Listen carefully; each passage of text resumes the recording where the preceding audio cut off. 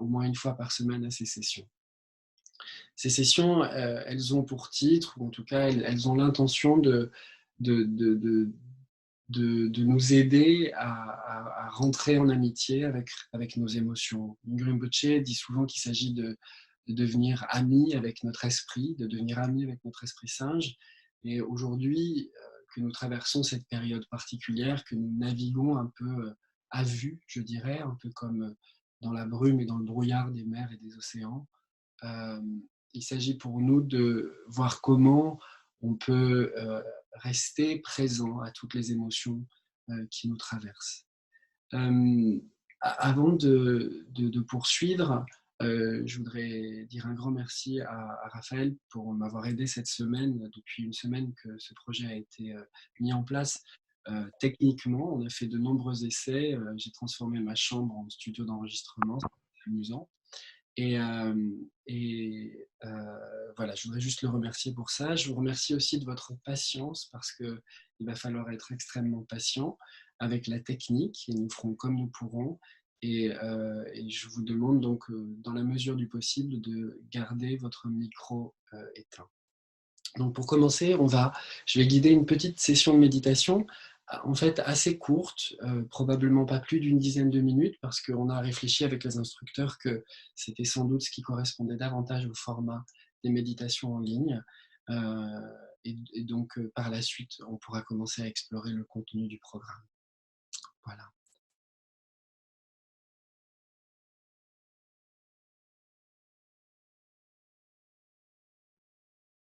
Donc pour commencer, je vous invite à vous asseoir confortablement, dans une posture confortable.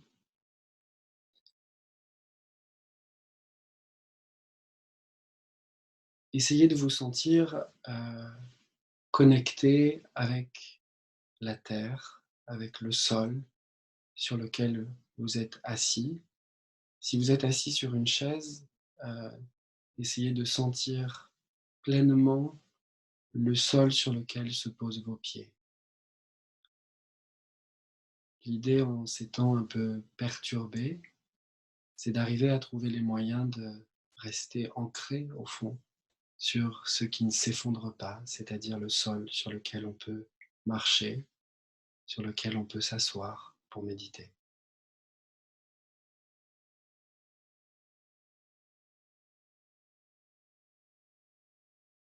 Faites en sorte de maintenir votre dos droit ou aussi droit que possible.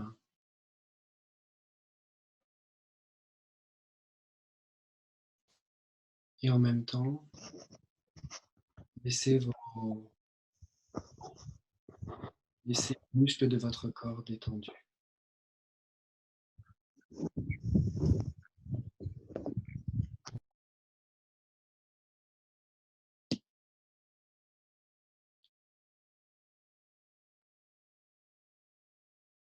Et prenez un instant pour simplement prendre conscience de l'expérience que vous êtes en train de vivre. En ce moment même où vous êtes assis.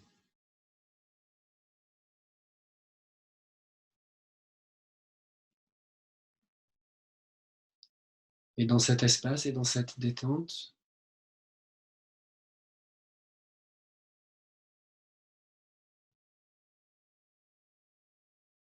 essayez de réfléchir aux raisons pour lesquelles vous avez souhaité participer à cette méditation.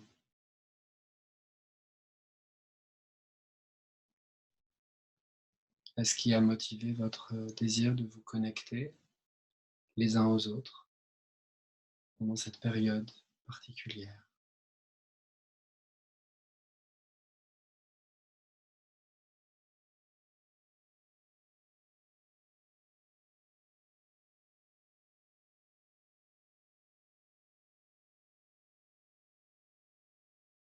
Prenez également conscience des qualités de compassion, de bienveillance, de tendresse, de soin,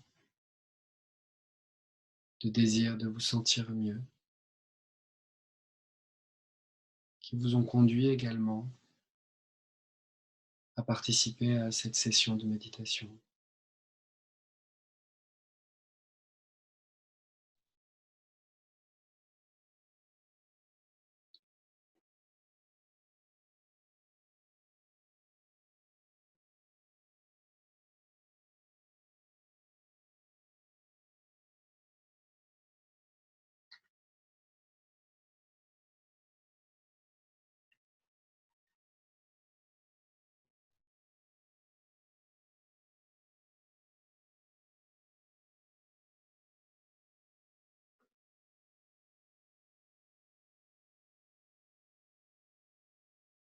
Vous êtes nombreux ici à ne pas appartenir à des groupes Tergar spécifiquement, ou avoir vos propres pratiques, vos propres traditions.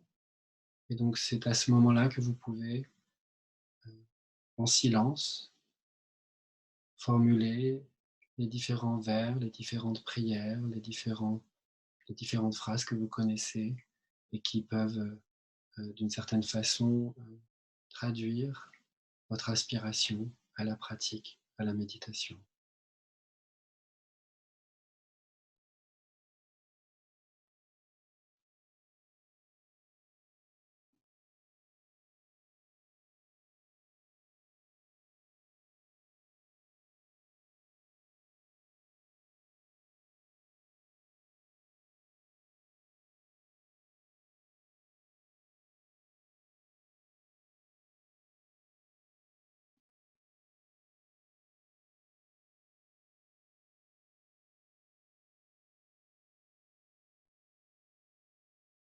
À présent, nous allons commencer à porter notre attention sur notre corps. Pour ceux qui savent le faire, vous pouvez utiliser la méthode du scan qui est enseignée par Mingyur Rinpoche assez habituellement et qui est enseignée dans tous les groupes de méditation Tergar, mais qui est aussi enseignée dans d'autres traditions. Il s'agit simplement de porter votre attention sur votre corps en partant du sommet de votre tête et en descendant progressivement votre attention jusqu'à la pointe de vos pieds, à votre propre rythme.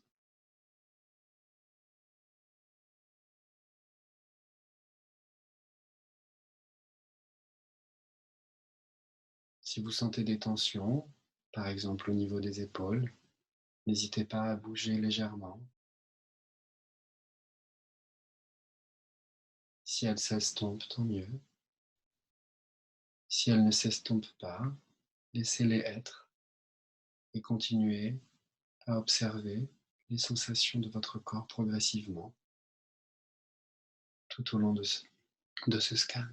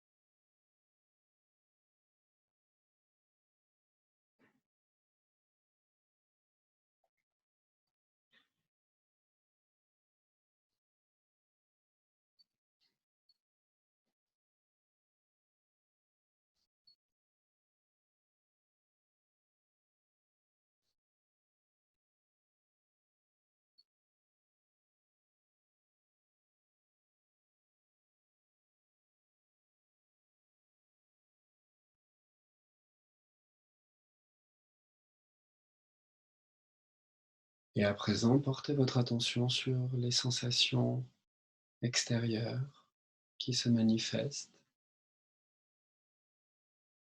les sons que vous pouvez entendre autour de vous, le bruit de la rue, les odeurs éventuelles que vous pouvez sentir, celles du parfum que vous portez,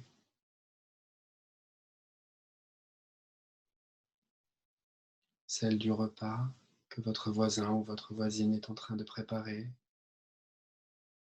et dont les odeurs passent par votre fenêtre ouverte. Les sensations de chaud, les sensations de froid.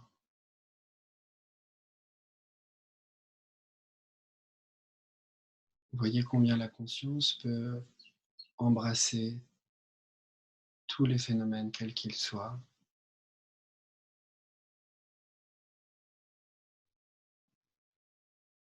sans avoir aucune préférence particulière, mais en les accueillant tous avec équanimité, avec égalité.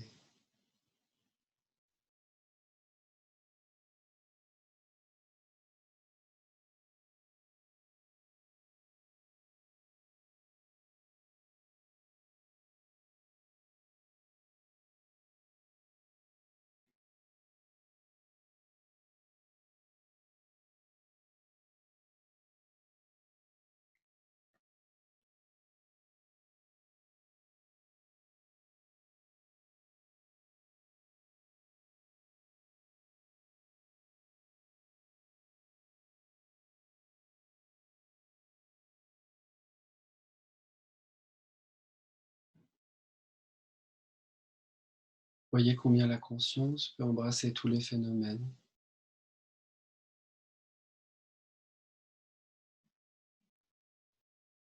sans aucun jugement,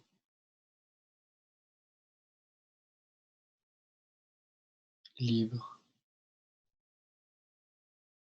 et spacieuse, et que ce baiser au monde qu'elle offre est cela même qui nous permet d'être détendus et ouverts.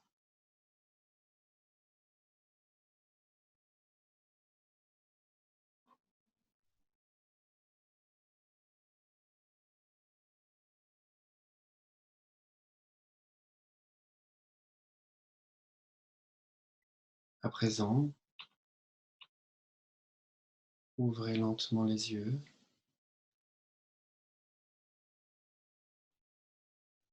et laissez l'esprit demeurer ainsi, dans ce que Mingyur Rinpoche appelle la conscience ouverte.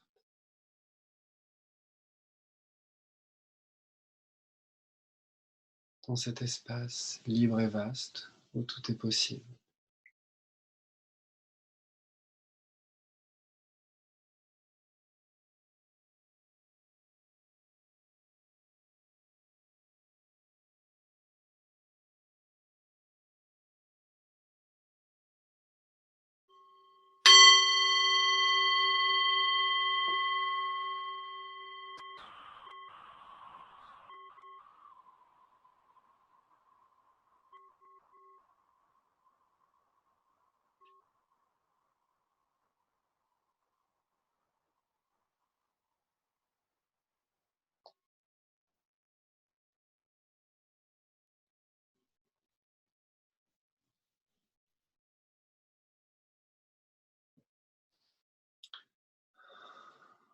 Donc voilà pour cette première méditation guidée d'une dizaine de minutes que je ne peux que vous encourager à faire aussi régulièrement que possible. Je crois qu'aujourd'hui, on a tous la possibilité, au cours de nos journées, même si celles-ci peuvent être parfois très chargées, de prendre quelques instants pour se poser. Rappelons-nous ce que Mingyur Rinpoche dit constamment, de courts instants, très souvent. Et cette méditation que je vous ai proposée à l'instant est une méditation particulièrement utile, en particulier en ces moments où nous sommes submergés par les informations, par les réflexions, par les jugements, par les tensions, par les émotions, et que l'un des plus utiles outils que l'on possède à ce moment-là, c'est notre conscience et notre corps.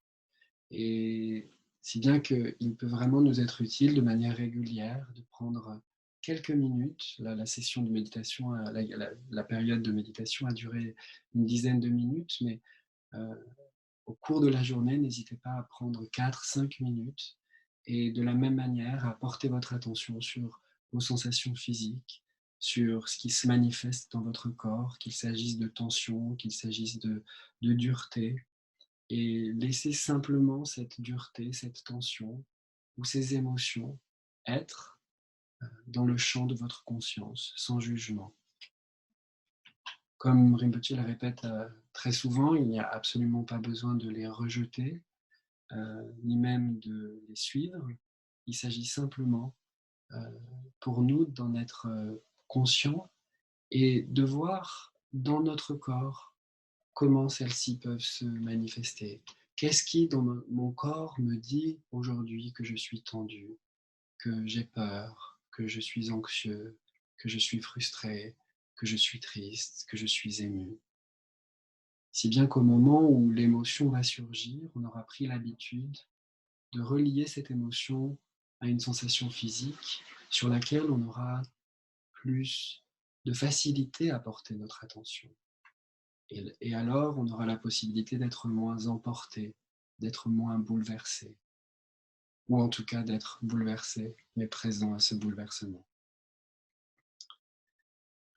Donc, comme je l'ai dit à l'ouverture de cette session, le programme a été construit à partir de réflexions que j'ai eues et après des discussions avec les instructeurs, parce que nous trouvions qu'il était extrêmement important de permettre à chacun de comprendre et de savoir comment finalement réagir ou être avec les émotions qui nous bouleversaient en cette période difficile.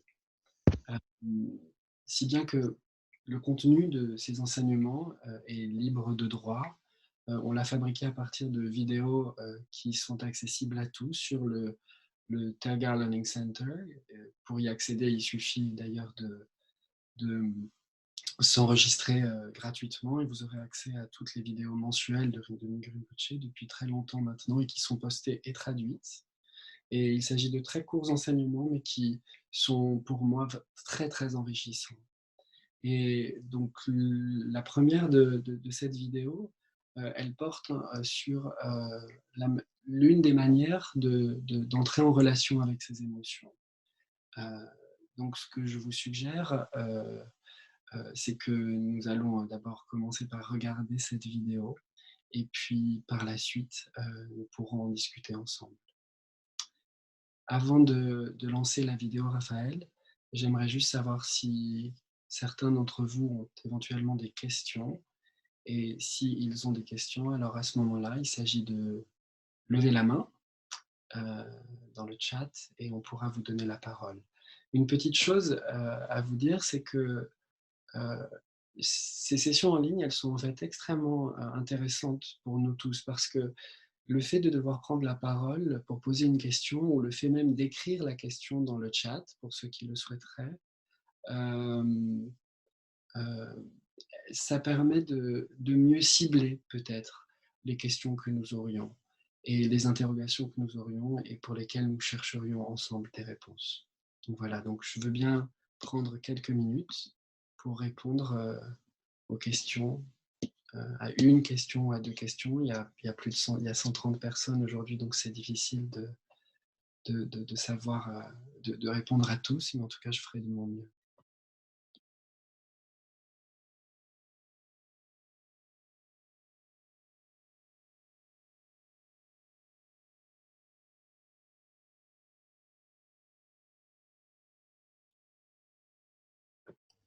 N'hésitez pas à lever la main si vous voulez prendre la parole et ensuite on pourra vous la donner à tour de rôle. Ou bien simplement, comme je vous l'ai déjà indiqué au début, envoyer un message privé à Frédéric si vous ne voulez pas prendre la parole devant tout le monde.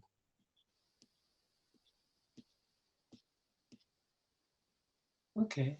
Donc si personne n'a de questions particulières sur la méditation guidée, on va regarder ensemble la vidéo d'enseignement de Mingyur Rinpoche.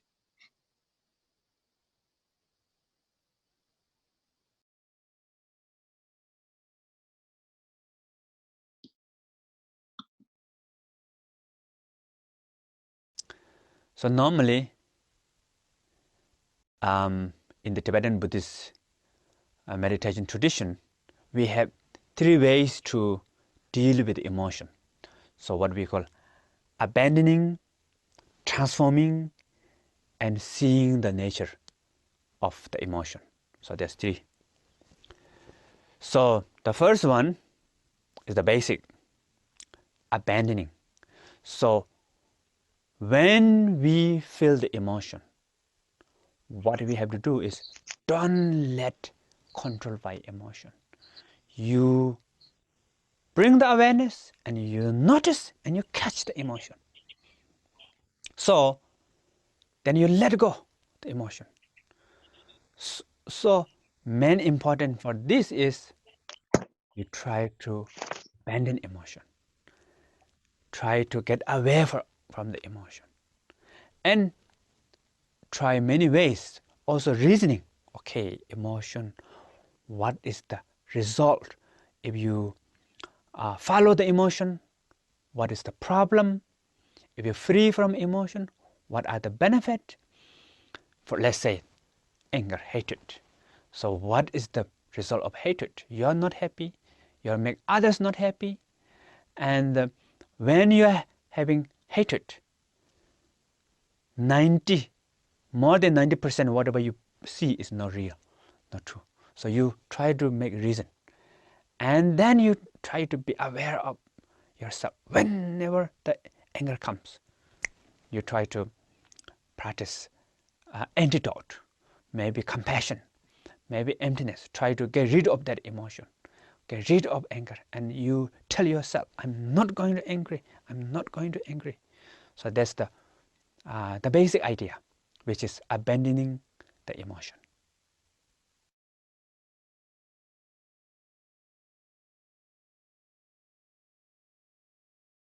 La raison pour laquelle j'ai choisi cette première vidéo, et en accord avec les instructeurs, c'est parce que Rinpoche parle de la base et de ce que l'on sait faire et de ce que l'on peut faire facilement.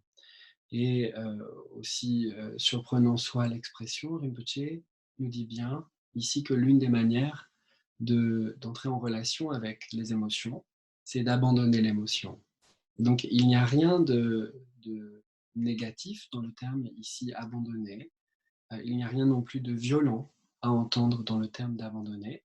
C'est simplement, finalement, de se rendre compte que dans notre expérience quotidienne, c'est au fond ce que l'on essaye d'abord de faire.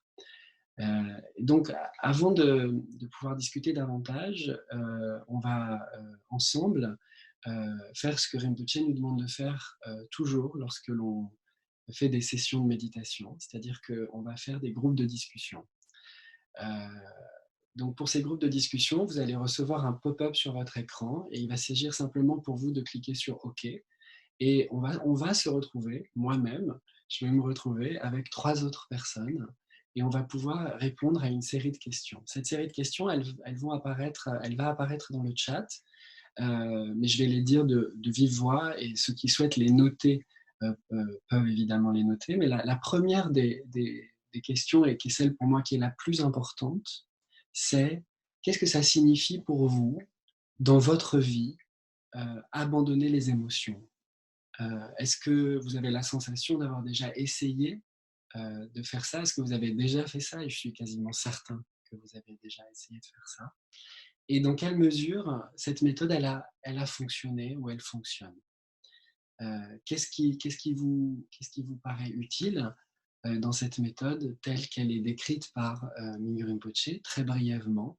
Et encore une fois, il s'agit d'envisager ce que nous dit Rinpoche de manière extrêmement simple. Rappelons-nous les mots de Rinpoche, ils sont extrêmement clairs, c'est la base, c'est l'idée principale d'abandonner les émotions. Donc quelque chose de très très simple. Voilà. L'idée maintenant, c'est peut-être donner la parole à certains d'entre vous qui auraient des questions qui... Attendez, est-ce qu'on m'entend? Oui, on m'entend.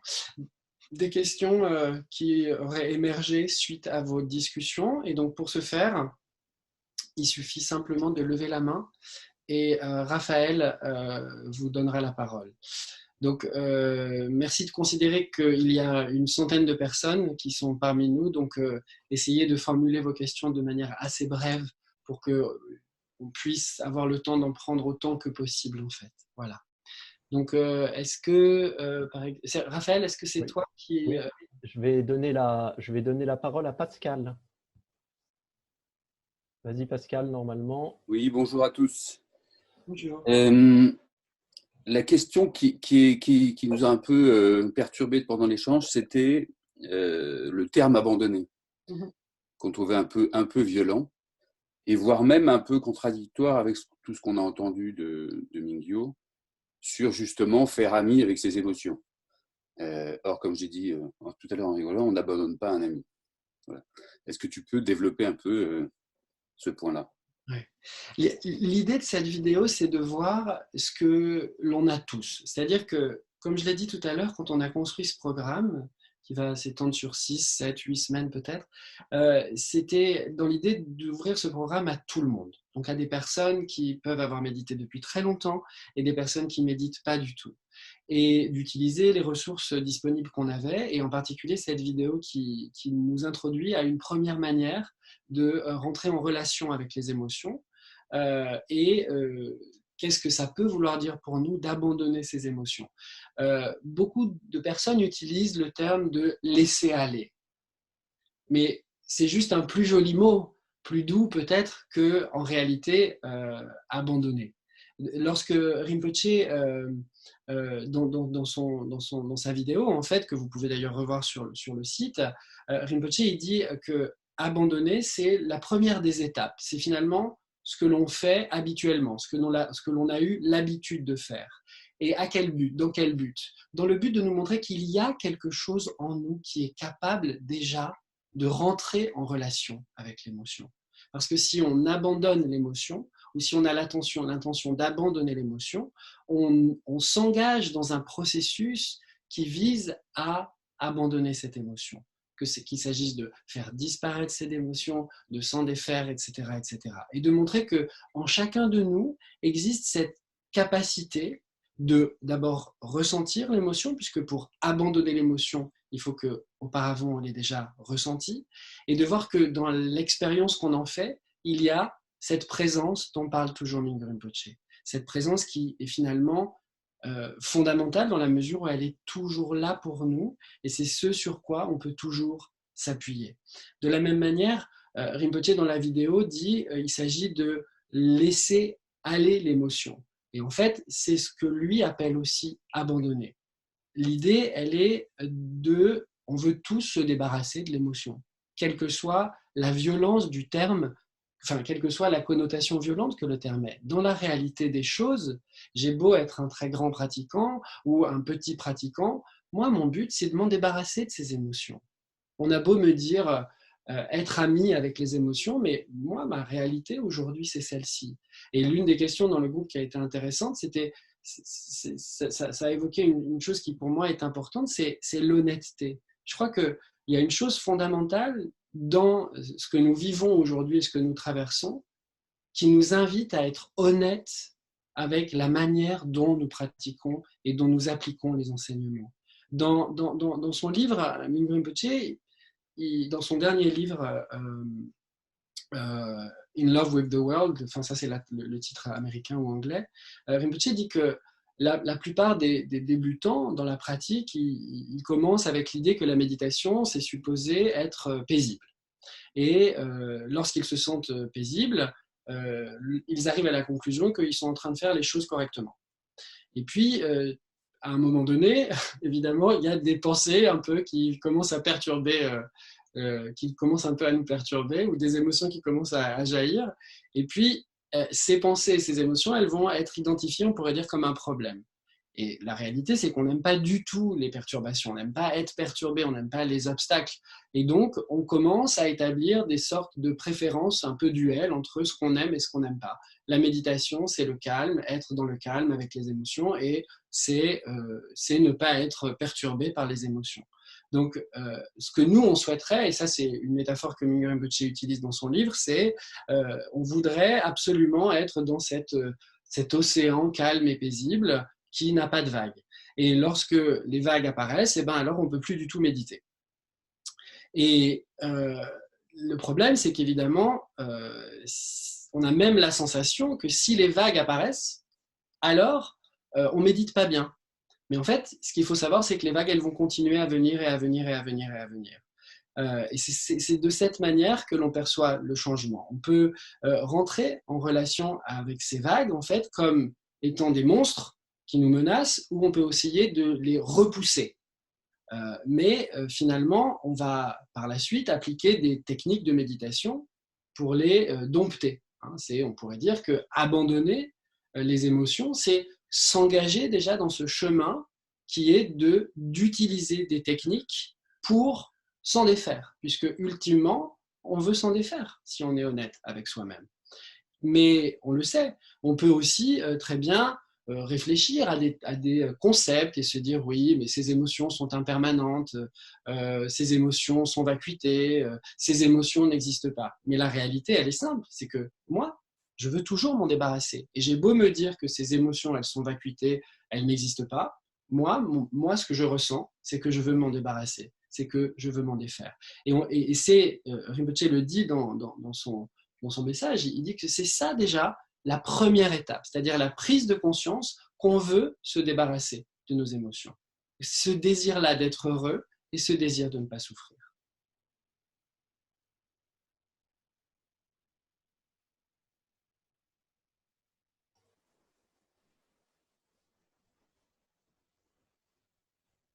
Je vais donc donner la parole à Guy Bouteville.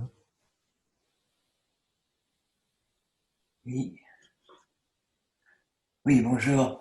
En fait, l'émotion dans notre... vous m'entendez? Oui. Oui. Dans le moment actuel, l'émotion est très forte concernant la maladie, la mort. Et donc c'est une émotion que je ressens fortement, que je ne peux pas abandonner. C'est pour ça que le terme abandonner me paraît très fort, très lointain. Et en même temps, la peur de la maladie, la peur en général, c'est quelque chose qui me poursuit, qui revient. L'émotion n'est pas tout le temps aussi forte, elle varie. Mais quelque part, elle me rappelle dans ma journée, elle me rappelle quelque part, elle a cet effet au moins positif, c'est de me rappeler que je suis mortel, que ça va pas continuer comme ça éternellement. Donc voilà ce que je voulais partager. On a, dans notre groupe de discussion, c'était avec Ginette et elle ne comprenait pas non plus la question d'abandonner. Voilà, merci. Je crois que j'ai essayé de répondre du mieux que j'ai pu à ce qu'il fallait entendre. On va explorer par la suite d'autres enseignements de Mingyur Rinpoche où il s'agira non plus d'abandonner mais de transformer. Et ce sera la prochaine session. Mais je crois que cet enseignement, je le trouve particulièrement fort parce que justement, il nous invite à réfléchir à l'endroit où on est, à l'endroit où on se trouve et à la manière dont moi je réagis avec mes émotions. Quand j'ai des émotions, si je suis honnête avec moi, la première chose que je veux, c'est m'en débarrasser. C'est trouver les stratégies, toutes les stratégies possibles pour m'en débarrasser. Alors oui, j'essaie de pratiquer, j'essaie d'appliquer les enseignements, mais dans quelle mesure mon habitude, ce que j'ai l'habitude de faire réapparaît? Dans quelle mesure ce désir de vouloir me débarrasser de ces émotions est si fort? Et ce qui est important, c'est de justement considérer que ce désir de vouloir abandonner les émotions, c'est-à-dire de s'en débarrasser, il est ce qui va nourrir notre désir d'être heureux. Il est semblable à ce désir d'être heureux et c'est ce qui va nous permettre de construire progressivement notre capacité et notre possibilité à par la suite rentrer pleinement en relation avec elle. L'idée de cet enseignement, pour moi, il est fort parce qu'il nous invite à prendre conscience et à être honnête de là où on est aujourd'hui. Si certains d'entre nous n'ont aucun souci et il n'a jamais été question pour eux d'abandonner les émotions et que tout est facile pour eux et que les émotions arrivent et qu'ils sont en relation pleine avec ces émotions et qu'ils ne sont jamais submergés, alors très bien, c'est formidable. Mais l'expérience que moi j'ai aujourd'hui pour parler avec beaucoup de personnes, c'est que malheureusement, ce n'est pas le cas.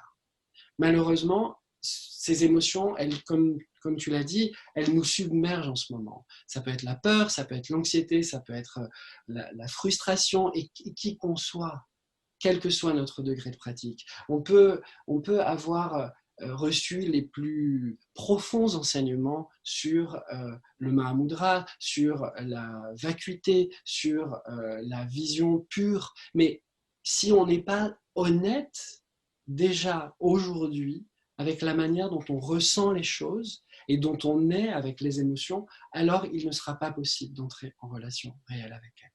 Et c'est pour ça que cet enseignement, il me semble intéressant, parce que c'est comme une sorte de fondation. Et Rinpoche d'ailleurs le dit très clairement. Quand il parle de c'est la base, il ne dit pas que c'est absolument le cœur de l'enseignement. Il dit que c'est le début, c'est ce sur quoi on va commencer par s'appuyer pour progressivement construire notre pratique. C'est un peu comme lorsqu'on commence à méditer sur la respiration, ben, il faut déjà prendre conscience qu'on respire, savoir qu'on respire tous les jours, pour commencer, pour peut-être se familiariser par la suite avec la méditation sur la respiration. Donc c'est simplement de prendre ce qui est en nous, et c'est une invitation d'abord à être honnête.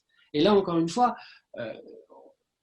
ce que je trouve aussi fort dans cet enseignement, c'est que sans vouloir être provocateur, les enseignements de Rinpoche nous provoquent, nous. Ils attaquent nos croyances, ce qu'on pense être la méditation, ce qu'on pense être la méditation sur les émotions, ce que l'on doit faire, ce que l'on ne doit pas faire.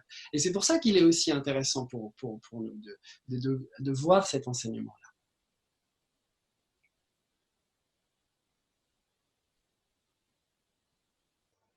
Alors, je vais laisser la parole désormais à Dominique, s'il te plaît. Vous m'entendez? Oui. Je voulais remercier Frédéric d'avoir remis en perspective la notion de abandon avec l'histoire de la motivation, l'histoire de l'intention. Ça a été très éclairant ce que tu as dit, Frédéric, par rapport à ça, cette motivation, cette intention qu'on a de faire quelque chose avec nos émotions, de ne pas rester comme ça prisonnier dans la douleur de nos émotions. Donc, avoir l'intention, la motivation d'en faire quelque chose. Parce que moi, ce qui m'a chahuté au départ, quand on a abordé le thème dans le groupe de l'abandon, ça a été, mais comment faire pour que l'abandon ne soit pas juste une opération de mon mental qui dit « Ah non, tu ne vas pas te mettre en colère ». Voilà moi comment j'avais interprété l'histoire de l'abandon. Ah non, mais ça ne sert à rien d'être triste. Enfin, comme une espèce d'injonction du mental par rapport aux émotions. Et je me dis, mais ça ne marche pas ça. Ça ne marche pas l'injonction du mental sur ne sois pas triste ou ne te mets pas en colère. Donc voilà, quelque part, l'orientation vers mettre de l'intention, ça c'est éclairant pour moi. Peut-être tu as autre chose à ajouter sur mon interprétation par rapport à la mentalisation de l'abandon. Ce que je trouve intéressant, c'est ce que tu viens de dire sur le fait de bon, non, je ne veux pas me mettre en colère. Mais en même temps, et Rinpoche le dit dans ses enseignements, il dit c'est déjà un début que de se dire non, je vais essayer de ne pas me mettre en colère. Et je crois que ce qui est merveilleux pour moi dans cet enseignement, c'est qu'il est accessible à tous, que l'on ait suivi des enseignements sur la méditation ou pas, parce qu'on est tous, si on est honnête, on est tous capables de se relier à cette idée. À un moment donné, on a tous eu la sensation de se dire « Ah non, bon, là, je ne vais pas me mettre en colère. » Alors, peut-être ça ne marche pas. Ok, peut-être ça ne marche pas. Mais c'est déjà tellement énorme par rapport au nombre de personnes dans le monde qui n'ont même pas l'intention. Et c'est pour ça que je pense que, comme tu l'as justement ressouligné, Dominique, et c'est bien de le rappeler, mais notre intention, c'est la chose qui nous protège aujourd'hui. C'est vraiment ce que l'on doit protéger en nous. Cette intention de vouloir être heureux, elle vient de là. Donc, abandonner, c'est peut-être un mot fort, mais oui, en fait, on veut abandonner ses émotions. Alors, on veut garder celles qu'on aime bien, mais celles qu'on n'aime pas, on veut les abandonner. Et c'est juste ce fondement sur lequel on va progressivement pouvoir construire notre pratique. Mais de se rappeler qu'il y a quelque chose de sain en nous qui est ne serait-ce que cette idée qu'on a à un moment donné, bon, non, je vais essayer de ne pas me mettre en colère cette fois-ci. Et juste ça, c'est l'étincelle qui va éclairer notre regard sur le monde, qui va éclairer le regard des autres sur nous. Et c'est une invitation, quelle que soit notre pratique, quel que soit notre engagement dans la pratique, à vivre mieux ensemble. Parce que finalement, et je crois que je vais terminer par ces mots-là parce que la session va bientôt se terminer, mais finalement, aujourd'hui, on est invité à une chose. On est invité à prendre conscience qu'on vit tous la même expérience, que l'on partage tous une expérience difficile, que l'on soit confiné dans nos appartements en ville, que l'on soit confiné à la campagne. Certains vont avoir plus de chance que d'autres, mais tous, qui que l'on soit, nous allons devoir faire face à ces émotions. Et notre première réaction va être d'abord de vouloir s'en débarrasser. Et ce désir de vouloir les abandonner, c'est la preuve qu'il y a quelque chose de sain en nous, de beau en nous, que l'on souhaite protéger. C'est le désir qu'on a de prendre soin de nous-mêmes. Il s'agit au fond, et c'est pour ça que je pense que les mots de Rinpoche d'être ami avec les émotions sont très forts, mais passent aussi par cette honnêteté et cette prise de conscience de ce que nous sommes et de ce que l'on est. L'expérience que l'on est en train de vivre aujourd'hui, elle est marquée par une chose, et je crois qu'elle n'a jamais été aussi vraie, c'est que l'on est en train de prendre conscience et de réaliser la vérité de l'interdépendance. Alors, ce terme d'interdépendance, c'est un terme qui est extrêmement philosophique, qui peut être extrêmement complexe. Pour ceux qui ont suivi les programmes Joie de Vivre 3, par exemple, on aborde ces notions de manière assez complexe parfois, et pour ceux qui ont suivi d'autres programmes, ils savent à quel point ça peut être quelque chose d'assez complexe. Mais finalement, l'interdépendance, c'est la vérité qu'on est en train de vivre tous les jours.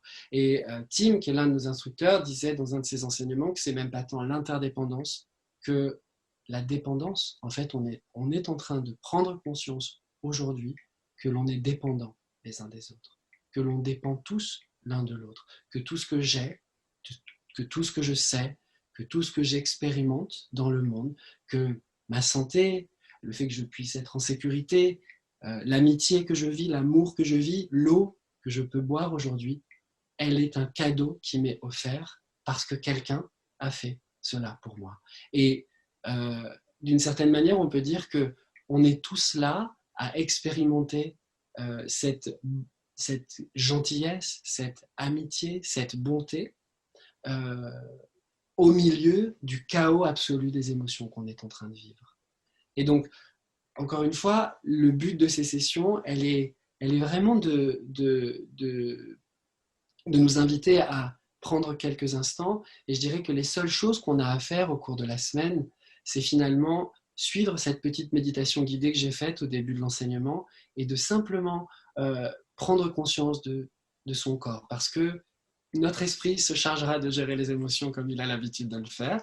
Mais lorsque l'émotion va nous submerger, pour l'instant, le seul conseil que j'aurais à vous donner, c'est simplement prenez un instant pour scanner votre corps, et c'est sans doute la pratique la plus utile. Et il y a une personne qui posait une question dans le chat qui demandait comment relier cette notion d'abandon avec la notion d'aversion et d'attachement. Je crois qu'aujourd'hui, la question d'attachement et d'aversion, elle n'a pas lieu d'être.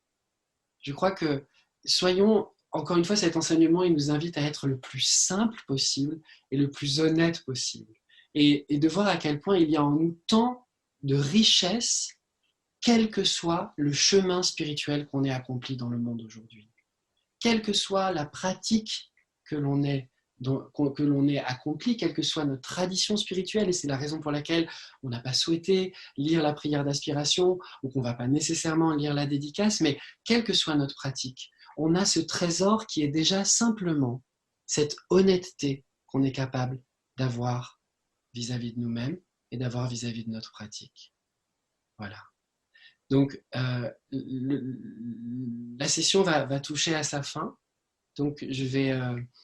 c'est ça, Raphaël, hein, tu me coupes si je me trompe, parce qu'il est 8 et ça finit à 12h15, n'est-ce pas? Voilà, sauf si tu veux prolonger. D'accord. Mais si, à midi 15, ça va couper. Non, sauf si je D'accord. clique sur le bouton moi-même.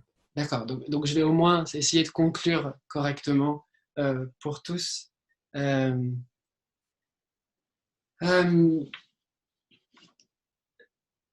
c'est amusant parce que finalement, on se demande toujours, pour être très honnête, que je l'ai dit à Raphaël, on a beaucoup échangé avec Raphaël pour créer cette session, on a fait des éclairages pour que vous puissiez me voir correctement. Et puis, j'ai construit un peu ce programme avec Myoshin et avec Antonia et avec d'autres instructeurs sans trop savoir où ça allait nous mener. Et je savais de toute façon que cette première vidéo, elle allait faire réagir les uns et les autres. Et c'était important pour moi de l'utiliser parce qu'en fait, cette vidéo, elle est accessible librement. C'est-à-dire que tout un chacun peut y avoir accès. Et que c'est important d'échanger sur ce qu'elle peut vouloir dire.